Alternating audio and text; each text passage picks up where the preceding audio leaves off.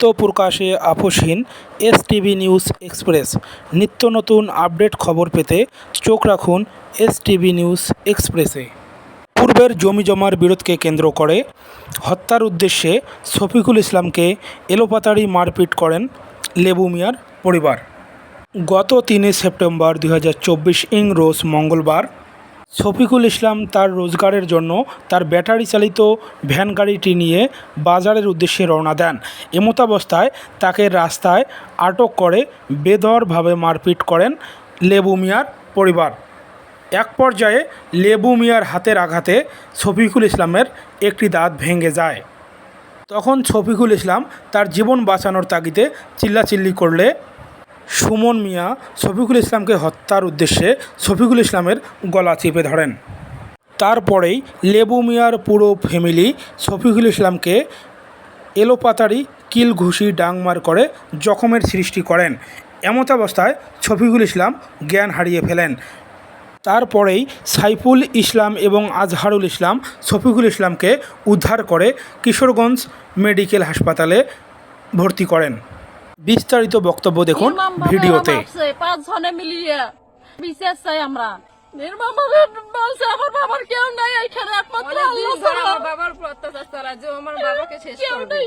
জমির সীমানা নিয়ে দ্বন্দ্বে প্রতিপক্ষের হামলায় আহত হয় শফিকুল ইসলাম নামের এক ভ্যান চালক এবং তার পরিবারকেও ভিটামাটি ছাড়ার হুমকি দিয়েছে বলে অভিযোগ করেছে ওই পরিবারটি।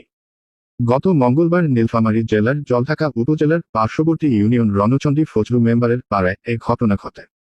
এর সুষ্ঠু বিচার দাবি করেছে ওই পরিবারের সদস্যরা। আমার এই এলাকা হলো অন্য জায়গায়, আমি শ্বশুর বাড়িতে আছি, বসবাস করি বৌসানিয়া। কারণ বসবাস করে থাকার পরে আমি এখানে জমি কিনছি এবং বাড়ি করছি, আবাদি জমিও কিনছি। এখন এই আমার পাশের লোক প্রতি বছরে আবাদ করতে আসে, আর ওই মাল্লি উল্টে আমার ওইদিকে সরে দেয় আর বলে যে ওখান থেকে আমার।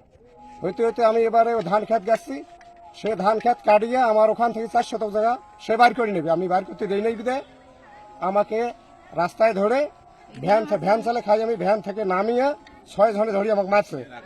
কোথায় মারছে? রাস্তায় আগাদিন মারছে, জমির সীমানায়। রাস্তায় না বাড়িতে? কোথায়? ওনার ওই বাড়ির পাশে রাস্তা দিয়ে আগাদিন মারছে জমিতে।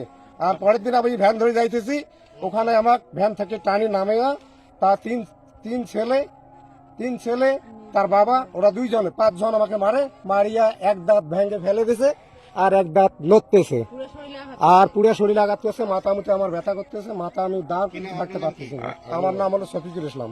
আচ্ছা, যারা মারলো তারা কারা? তারা হলো ওই যে ওরা হলো এই জমি এলা, এবং আমার হলো লেবু, 1 নম্বরে লেবু, 2 নম্বরে সুমন, 3 নম্বরে সজন, 4 নম্বরে অতন, 5 নম্বরে আরেফা। আমার লোকজন যায়, আমি যাই, আমার ভাইয়ের ঘর যায়। আপনার কি হয়? আমার বাবা নির্মমভাবে বলছে আমার বাবার কেউ নাই এখানে, একমাত্র আল্লাহ ছাড়া। আচ্ছা, এলাকাবাসীর পক্ষে আমরা কিছু জানতে চাচ্ছি আপনাদের কাছ থেকে, ওই যে এই বিষয়টা এই যে শুনলাম কতটুকু যুক্তিযুক্ত? না, সকাল ফজর নামাজ পড়ি, নাস্তা খেয়ে আবার শুইছি, খুঁড়ি বেড়ে দেখি ওই যে ফজল মেম্বারের বাড়ির দিঘির এক পাশে একটা বহু মহিলা টিলে চিল্লেছিল। কি ব্যাপার দেখি যে 6-7 লোক যে শফিকুল জামান ধরিয়া লেবুর ঘর ডাঙাই। আপনার নাম কি বললেন? আমার নাম আজাদ। সবাই এই এলাকার আপনি কতটুকু জানেন? আমি আমার বোন জামাই। হ্যাঁ, এটা জমি নিয়ে কেন্দ্র নয়, জমি নিয়ে যেটা মাপামাপি যা হবার হয়ে গেছে, এটা প্রথমে মাপামাপি শেষ হওয়ার পরে ওই লেবু চাচা এবং আজাহার 2 জনে ওই জায়গায় তর্ক, জমি নিয়ে যেটা মানে যেটা কেন্দ্র ছিল জমিটা, ওই যে আমার ছোট ভাই সাইফুল ওটা সব মিনিমাইজ করে দিল। জমি এলাকা জিজ্ঞেস না করি ওইদিকেও 4 লিঙ্ক বাইর করে দিল, এদিকেও 4 লিঙ্ক বাইর করে দিল। বাইর করে দেওয়ার পরে উনি খুঁটি গাঁথতেছে, আর ওই মুহূর্তে আজাহার সামনত আসলো। আজাহার যখন সামনত আসলো, আজাহারটা কি? আজাহারকে বললো, আচ্ছা, আজাহারকে বললো যে মানুষের জমি বেরকে নিতে কি মজা লাগে? আগে বলছে। হ্যাঁ, কাকে বললো? লেবু আগে বললো, আজাহারকে বললো। আচ্ছা, তো আজাহার বললো যে তুই কি মানুষের জমি বেরকে নিতে তোকে কি মজা লাগে? এই মজা লাগা কথাটা যখন বলছে, তখন লেবু আসিয়ে একে একটা ঘুষি মারল। এখানে যা বাস্তব এই গাছটার কোনায় বুঝছেন, ঘুষি যখন মারলো, মারার পরে সবাই গুলো ধরিয়ে থামাথামি করলাম, সবাই ধরি থামাথামি করলাম।